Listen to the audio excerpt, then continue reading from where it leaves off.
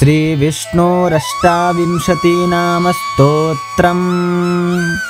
अर्जुन उवाच किं नु नाम सहस्राणि जपते च पुनः पुनः यानि नामानि दिव्यानि तानि चाचक्ष्व केशव। श्रीभगवानुवाच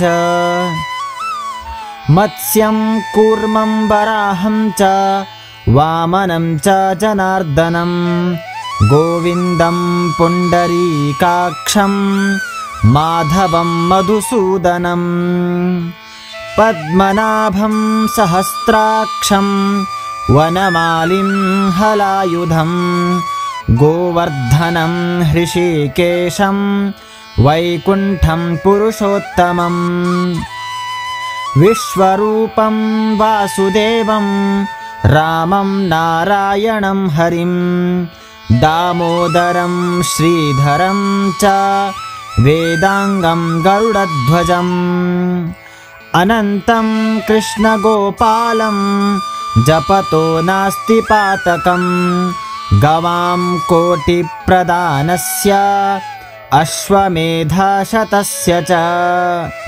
कन्यादानसहस्राणां फलं प्राप्नोति मानवः अमायां वा पौर्णमास्यां एकादश्यां तथैव च सन्ध्याकाले स्मरेन्नित्यं प्रातः काले तथैव च मध्याह्ने च जपन्नित्यं सर्वपापैः प्रमुच्यते।